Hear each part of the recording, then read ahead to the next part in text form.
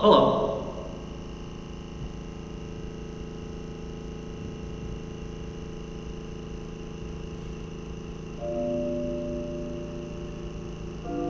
One of my earliest clear memories is myself in kindergarten, although I guess in this country it would be called preschool.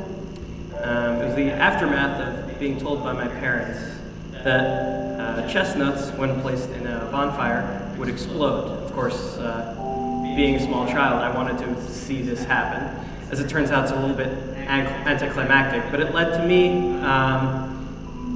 in the sandbox at my kindergarten with my best friend at the time, trying to dig up chestnuts from the tree directly next to the playground there. Of course, we didn't get that many, and I don't think we ever actually got to put those ones directly in a bonfire, but that's where we were, sitting right there in that sandbox at the kindergarten, collecting chestnuts with the intent of placing them in the fire as soon as was possible.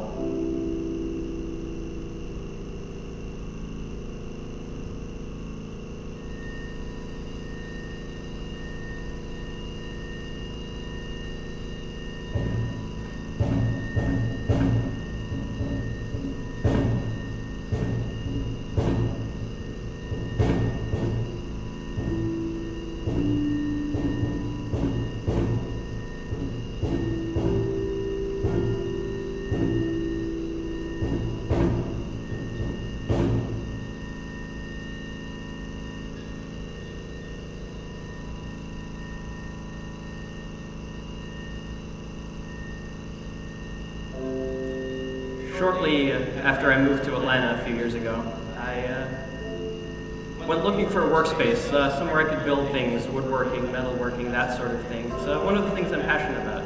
And I ended up finding what's called a makerspace. It's a shared workspace that people generally pay some sort of monthly fee to access. And then there's tools and equipment and space available for people to work on whatever they would like. And in this case, I ended up in one not far from here, actually, called Freeside. As time went on, as I was spending more time there, I ended up sort of halfway in charge of the place, which I wasn't expecting when I started.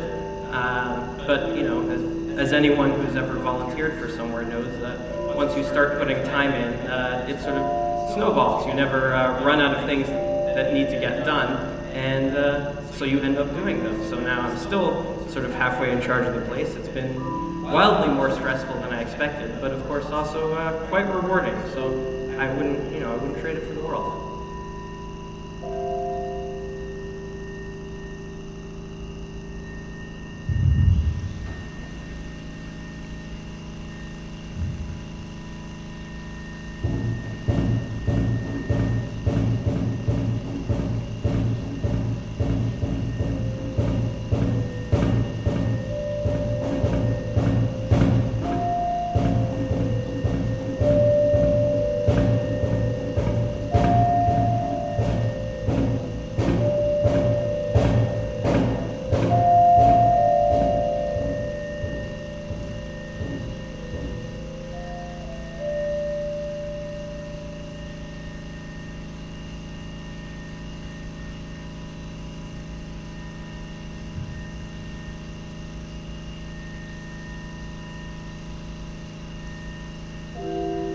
I was asked to be the best man at my best friend's wedding, friends in 7th grade, so I wasn't surprised to be asked, although everyone was a little bit shocked that he was the first of our group of friends to get married.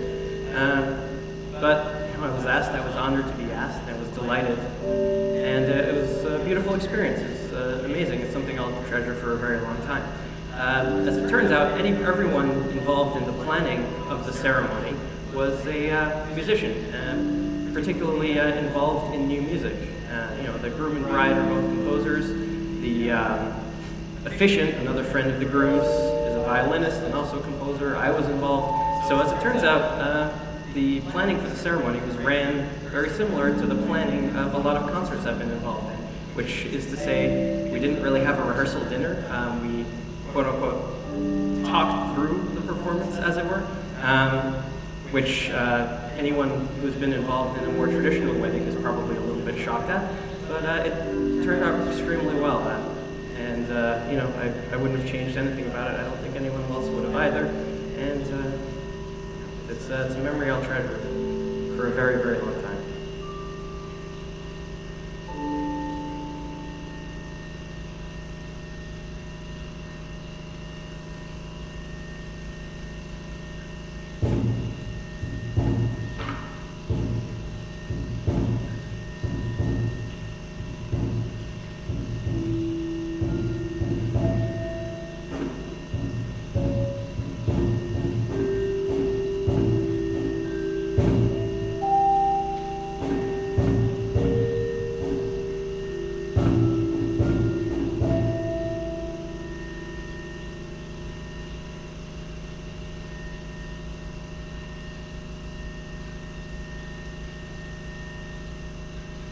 It was my birthday recently, not very long ago, actually, just a few weeks ago.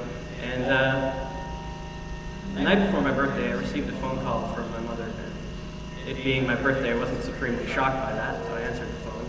And rather than her saying, happy birthday, what are you planning? The first thing she said was, hey, your dad's in the hospital. And that really wasn't what I was expecting to hear. I was pretty shook by that. My dad is extraordinarily healthy for his age, always has been, and so it really threw me for a loop. He's okay now. I talked to him just earlier today, and he's doing as well as could be expected, but he was in the ICU for a few days with a tick-borne infection similar to, but not Lyme disease, and he was there for a few days in combination with a few other things, ended up with a severe electrolyte imbalance, which is, if you're familiar with, can actually be life-threatening. Obviously, I'm very, very glad he's okay now, but it was kind of a jarring reminder that even the people who seem relatively immortal are actually very, very impermanent. And, it was maybe not the greatest birthday present I've ever gotten, although, of course, it could have been much worse, and he by far got the short end of the stick for all of this.